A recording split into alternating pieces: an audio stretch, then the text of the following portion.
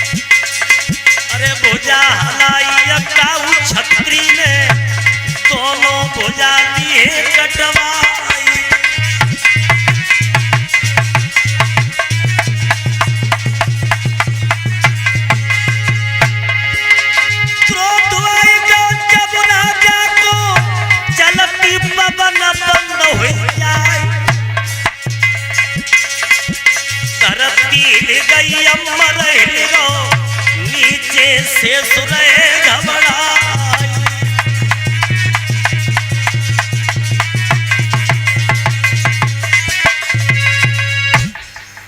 बाजी बा तलवार लेकर के कलयुग को मारने बढ़े। सोई कलयुग ने गर्दन कर दी कि महाराज हमें मार दे।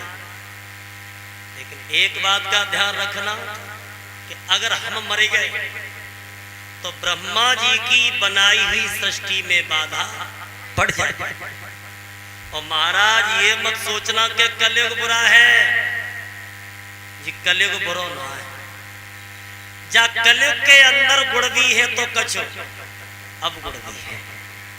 और ऐसी दुनिया में कोई चीज नहीं है जिसके अंदर गुण और अवगुण न हो, क्योंकि दाने के अंदर भी तो गुण हो जाता है। परीक्षित बोले कलयुग तुम्हारे अंदर गुण और अवगुण? बोले महाराज अगर कोई तकलीफ न हो सुनवे में तो हम पे गुण और अवगुण दोनों बताओ। बोले बताओ। बोले सुनो, पहला गुण कलयुग का कौन सा है? ध्यान से सुनना भाइयों। सतयुग द्वापर और त्रेता में सिर पटक पटक मर जाते थे, और कलयुग में राम कहो मोहती आराम घड़ी में पाते थे। सतयुग द्वापर त्रेता, इनमें इंसान हजारों वर्ष तक तपस्या करता था तो भगवान के दर्शन नहीं हो पाते। और या कलयुग में महाराज कलयुग केवल और नाम आधारा, और सुमेरे सुमेरे नर उतर है पारा। कलयुग में यही गुण है कि संध्या सवेरे प्रेम ते भगवान को नाम ले लो, कल्याण हो जाएगा। और पहले सतयुग द्वापर त्रेता में अगर तुमने ये सोच लिया कि फलाने आदमी को मारना है तो सोचने से पहले ही एक पाप लगता था। कौन सा? मनसा पाप, मनसा पाप। लेकिन कलयुग में खूब सोचना और अपने हाथों से किसी जीव की हत्या मत करना, तो कोई कलयुग में तुम्हारे सिर पे पाप नहीं आएगा। ये कलयुग के ही गुण। और अवगुण, अवगुण कछ मत पूछो।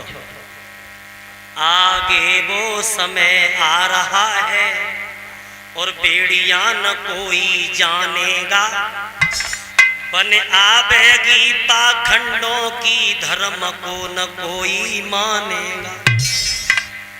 धर्म को आगे चल के कोई नहीं मानेगा। मूर्तियां रात दिन टूटेगी और मंदिर में बदक दिखाएंगे। हम धर्म धर्म चिल्लाएंगे तो मूर्ख खिल्लियां उड़ाएंगे। और सुनो महाराज, अरे बापू ये काला युग सुन राजा ने, बापू ये काला युग सुन राजा रे, धर्म रहेगो। बापू ये काला युग मेरे राजा रे, बापू ये काला युग सतवादी रे, धर्म रहेगो। बापू ये काला युग सुन राजा रे, बापू ये काला युग सतवादी रे, धर्म रहेगो। बापू ये काला युग मेरे राजा रे, बापू ये काला युग सतवादी रे, धर्म रहेगो। और बता दे महाराज, कलयुग में छत्री कायर हो जाएंगे और गीदड़ अधिकार जमाएंगे, और पापी जन खून चूस करके वे अपनी प्यास बुझाएंगे। और जब ऐसी दशा प्रभु होगी तो हम कौन भार में, अरे पाप बड़ी है कलयुग में, सुन राजा रे पाप हुई है कलयुग में, सुन राजा रे धर्म रहेगो हो गए।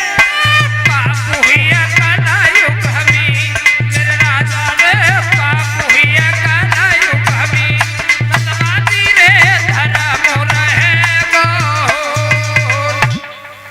आगे वो समय आएगा कि न बहन भैया को देखेगी, न भैया बहन को देखेगा, न गुरु चेला को देखेगा, न चेला गुरु को देखेगा, न बेटा बाप को देखेगा, न बाप बेटा को देखेगा। और कलयुग ने चलते समय कही कि महाराज जब हम चरम सीमा पे आएंगे, जब चौथा चढ़ होगा कलयुग का, उस समय 12 वर्ष की कन्या की संतान पैदा होगी। बोल गोविंद भगवान की। ये बात जब कलयुग की सुनी तो परीक्षित बोले कलयुग वैसे तो हम तुम्हें मार देते, अब मारेंगे नहीं, अब तुम जिंदा ही छोड़ेंगे, लेकिन आपके लिए रहने के लिए कोई अच्छी जगह बताओ। हमारे लिए जगह आप अच्छी बताओगे? बताओ। ये बताओ जहाँ शराब का ठेका हो वहां रह सकते हो? जगह तो ये अच्छी है, लेकिन इससे और अच्छी जगह बताओ जहाँ हम टिक सके। जहाँ जुएबाजी होती हो वहां रहोगे? जगह तो ये भी अच्छी है, लेकिन इससे और अच्छी जगह बताओ। चोरी होती हो, वेश्याओं का अड्डा हो वहां रहोगे? जगह तो ये भी अच्छी है, लेकिन एक और आगे के लिए बढ़ जाओ। जहाँ सास बहू में लड़ाई होती हुए हाँ, रहोगे? रहेंगे यहाँ भी, लेकिन ऐसी जगह कोई बताओ जहाँ हम टिक सके। देखो कलयुग के क्या बोलते कि शराब के ठेका पे भी रहेंगे, चोरी होती होगी वहीं भी रहेंगे, मतलब जहाँ बुरे कर्म होते होंगे वो हमारा निवास होगा। लेकिन कोई अच्छी जगह बताओ यहाँ बढ़िया तरह हम टिक जाएं। बोले कलयुग हम जगह बताएंगे और तुम्हें जो जगह अच्छी लगे वही ठीक। सुनो, एक एक करके हम आपको बता रहे हैं। अरे खेले जा पे जुआ जुआरी और बापे तुम जाइयो,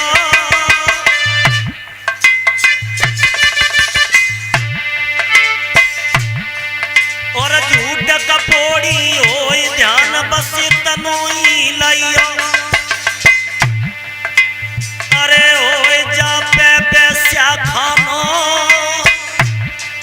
और लगी रही मद की खानक, कलयुग बाई जगह जानो। जाएंगे जाएंगे, लेकिन कोई अच्छी और जगह बताओ। तो बोले केवल एक जगह और बची है। कौन सी?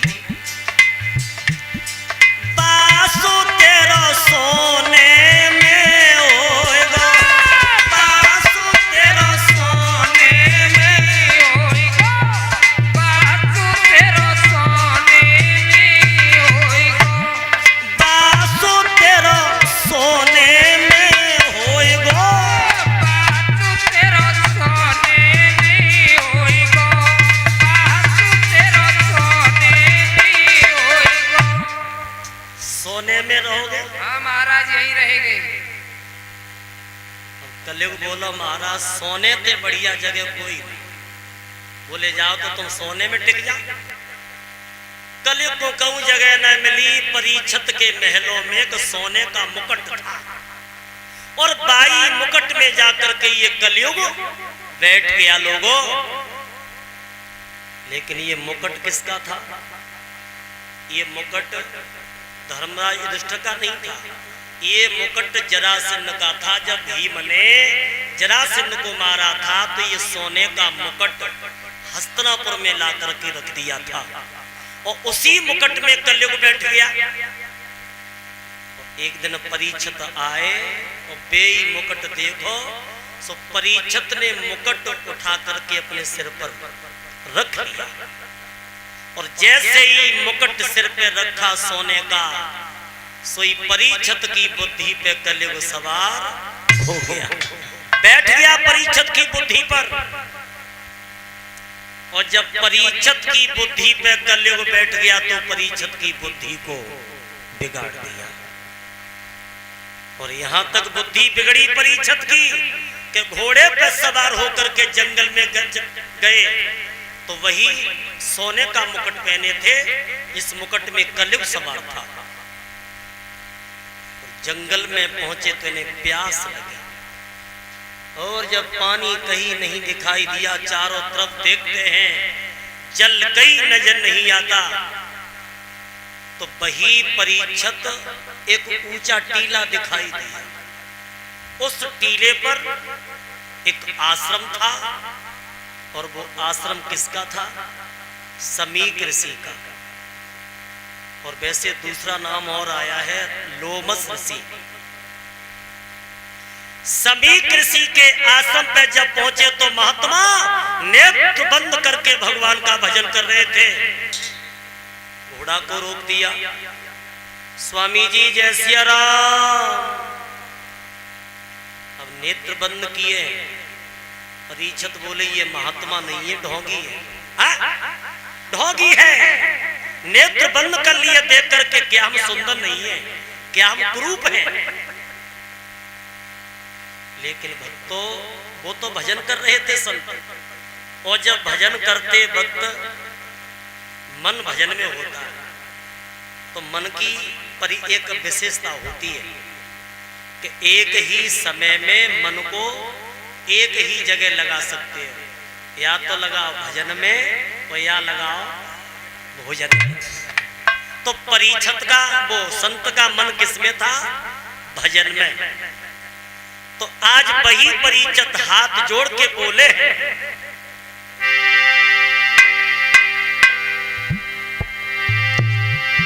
मोए भारी लग रही प्यास पिबैयो पानी,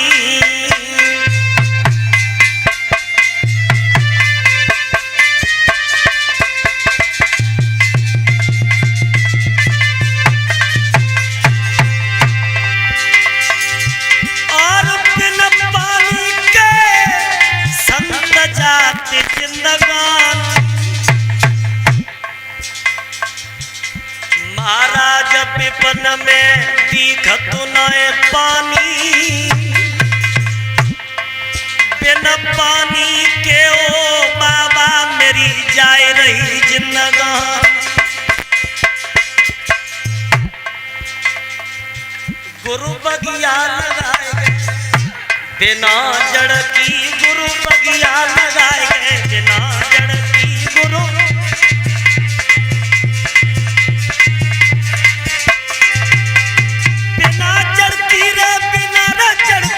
गुरु बगिया, अरे गुरु बगिया लगाए दई बिना जड़ की, गुरु बगिया लगाए दई बिना।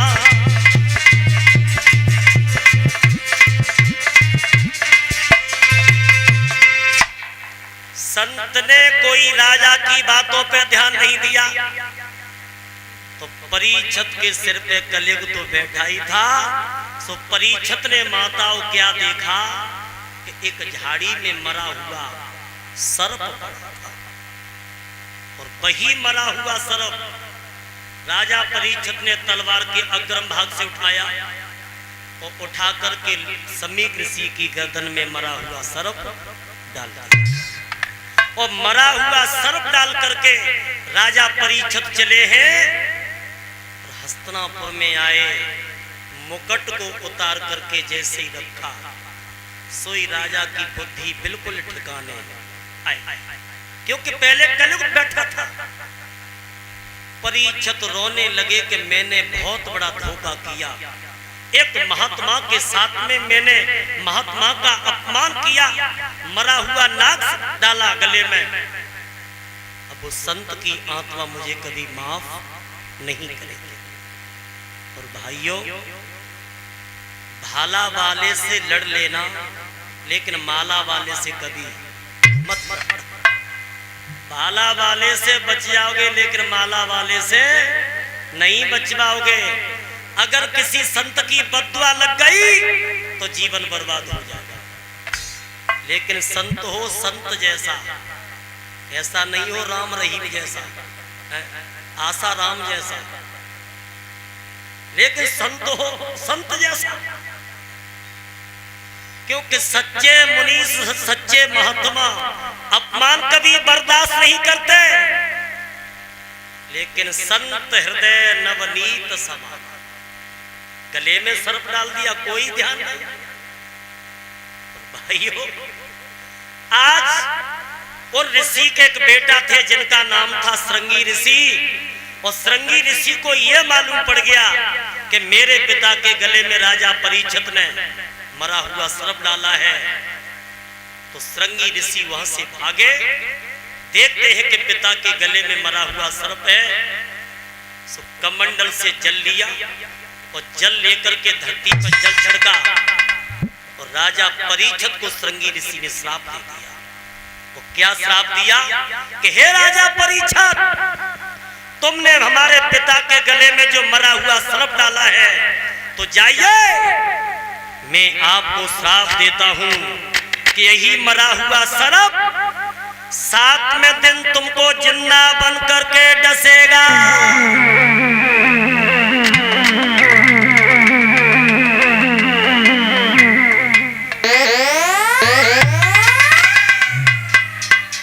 श्राप दे दिया, और श्राप देने के बाद एक चिट्ठिया लिखी है राजा परीक्षित के लिए। और चिट्ठिया में क्या लिखा है? ओ धन के मत वाले राजा और माया मद के दीवाने, और मेरे हाथन से मौत तेरी और लिख दई विश्व विधाता ने।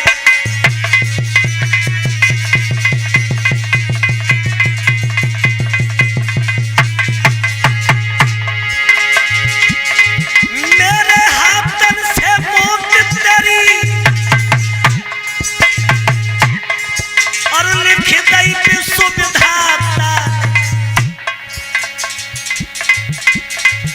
मेरे हाथन से मौत तेरी लिख दई विश्व विधाता ने।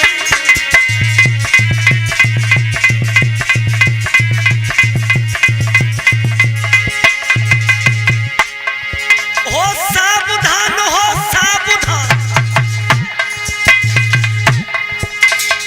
ओ तक्षक जिंदा हुई जाइयो, 7वें दिन जादू समन को यमपुर को तुम तो पहुंचियो।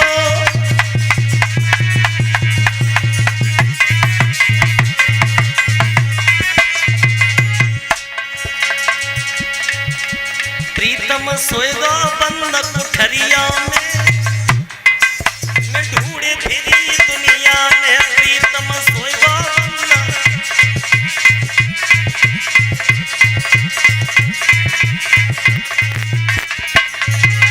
ढूंढे फिरी दुनिया में, विशेष ढूंढे फिरी दुनिया में के प्रीतम, अरे सोएगा बंद कुठरिया में, ढूंढ फिरी दुनिया में प्रीतम सोएगा।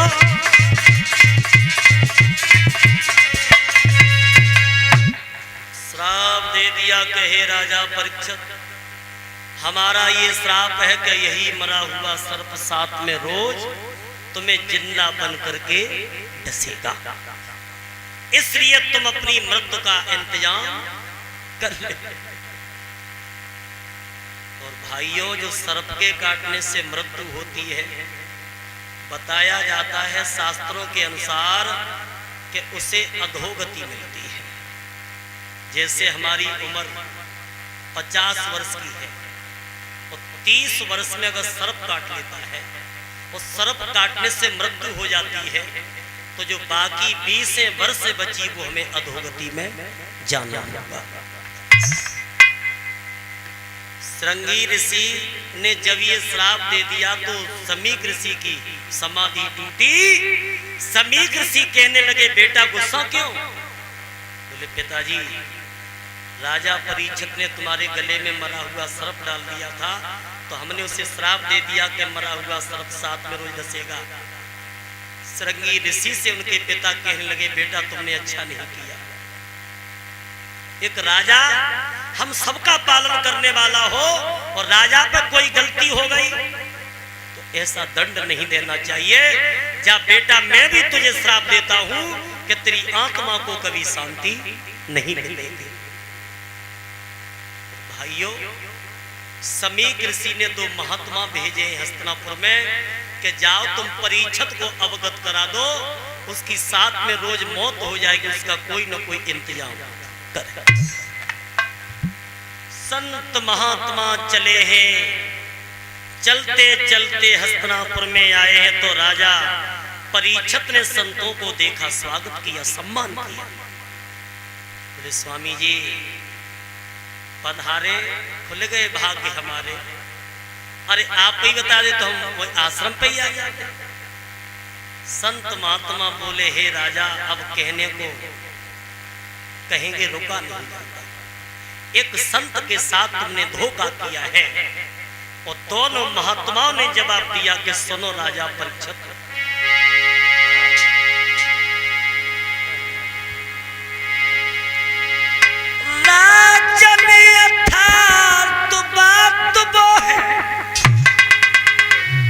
अफसोस ऋषि लोगों पर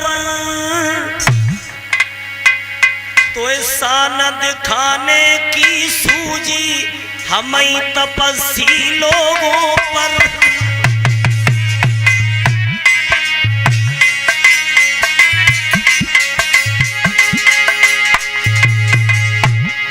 उस्मान बन के बदले में पलट दिया है ईश्वर ने, साथ में रोज छक काटे तो साप दो है ऋषिवर ने।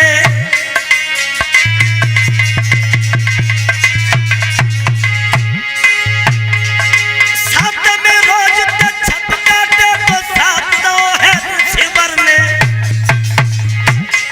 साथ में रोज छक काटे तो साप दो है मुनिवर ने।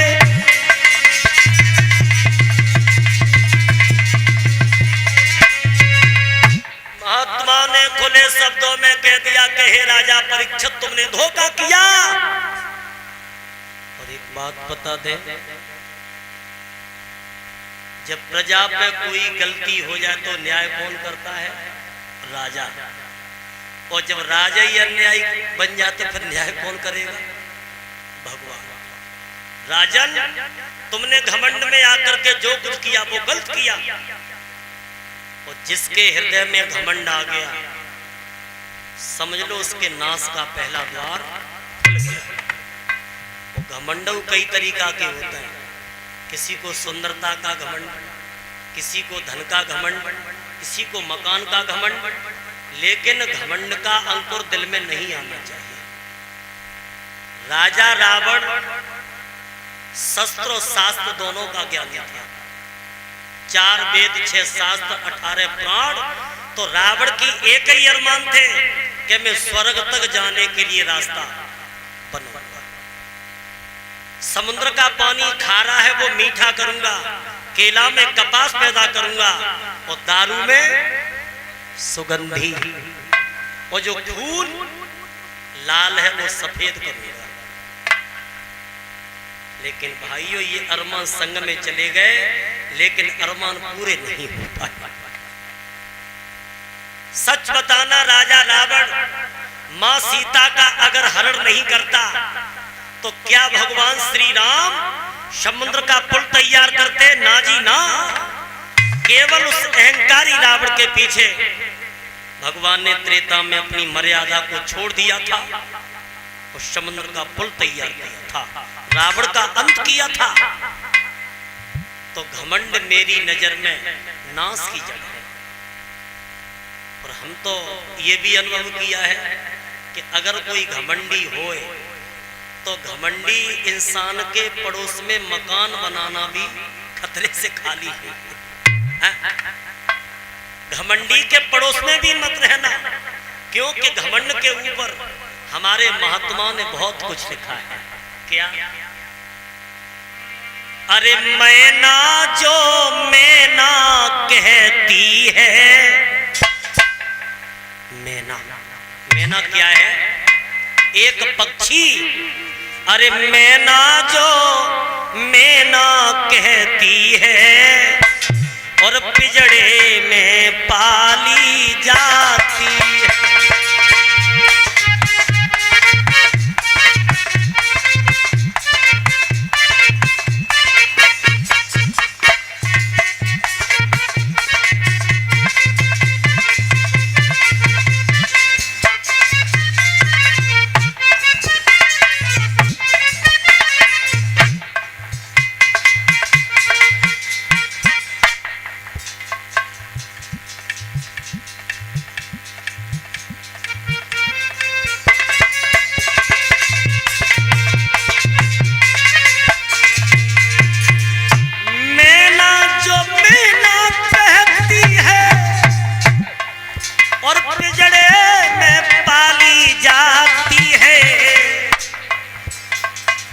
और बकरी जो मैं करती है वो गले छुरी चलवाती है।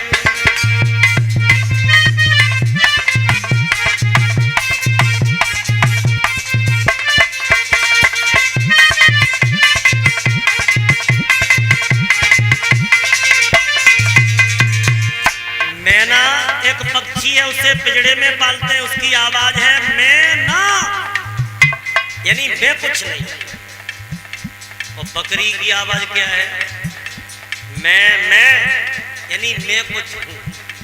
तो कसाई उसकी गर्दन को काट, और गर्दन काटने के बाद बाको हड्डी मांस ले दो करे और बाकिया निकाली जाती है। फिर औजारों से ओ भैया बाकी तांत बना ली जाती है।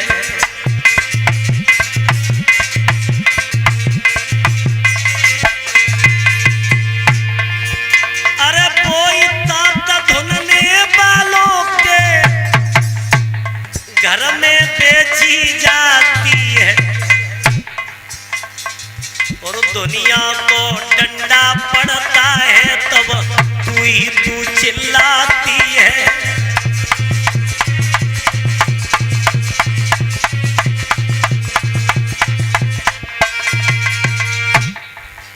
बकरी की आवाज क्या थी? मैं। कसाई उसकी गर्दन को काट करके हड्डी मांस अलग करके उसकी आंत को निकालता है और उसी आंत के द्वारा तांत बना दी जाती है और वही तांत बाजार में बेची जाती है। कहाँ?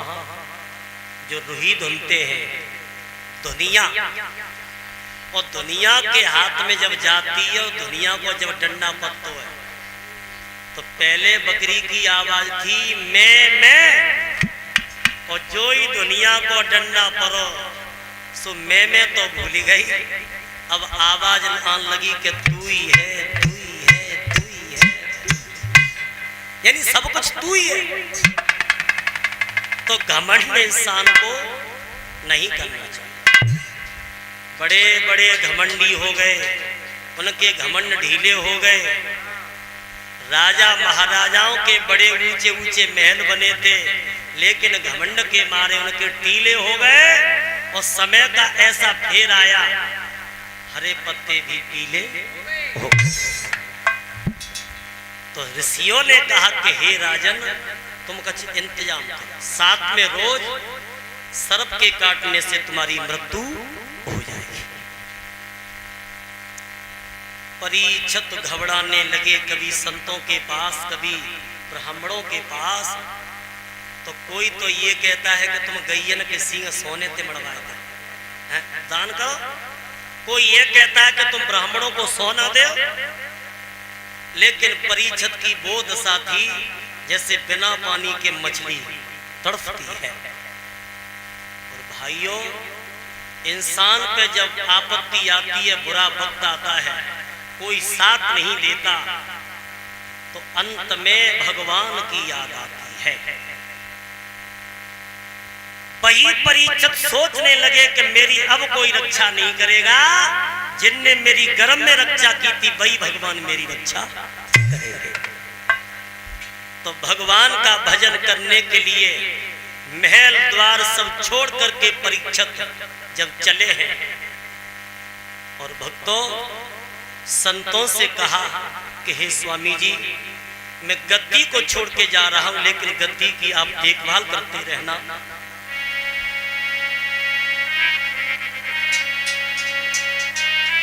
आरे हमने गाती दई आपकी भई सभी रजधानी, अब मनवा बेसो करियो बाबा, न धर्म कियो बेहानी।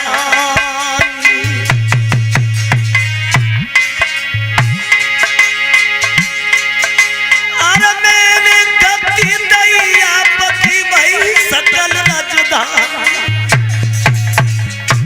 चलते वक्त एक बात कही, प्रजा कुल दियो कले सरे न होई धर्म किया।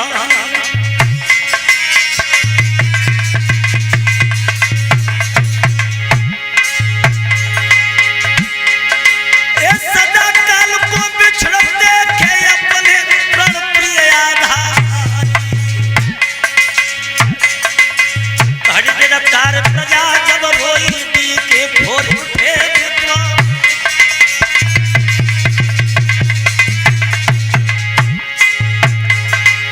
बाल बेस के मित्र सनई सबई रहे पछाड़े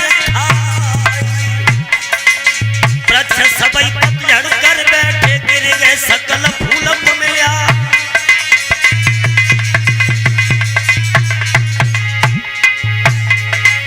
रे कोई यत्न करा जल्दी से डगमग ना बहुत मझधारी, और ये न मामला जाए अब छोड़ो अब आगे के सुनो हमारी।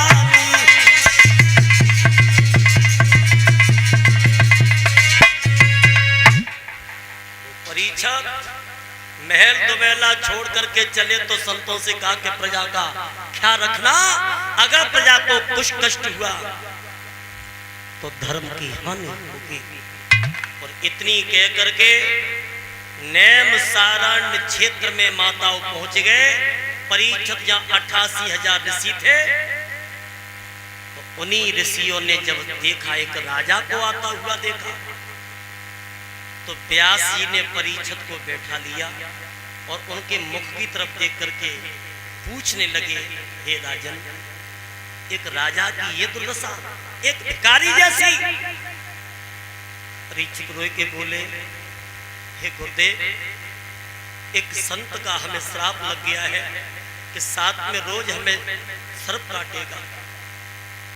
व्यास जी बोले, घबराने की जरूरत नहीं। अरे तुम क्यों घबरा रहे हो? 7 दिन बाकी है तुम्हारे लिए, 7 दिन। और ये काल रूपी तक्षक हर एक इंसान को एक न एक दिन डसेगा। इसलिए राजन, तुम भगवान की कथा सुनो तो या श्राप से तुम्हें छुटकारा मिल जाएगा।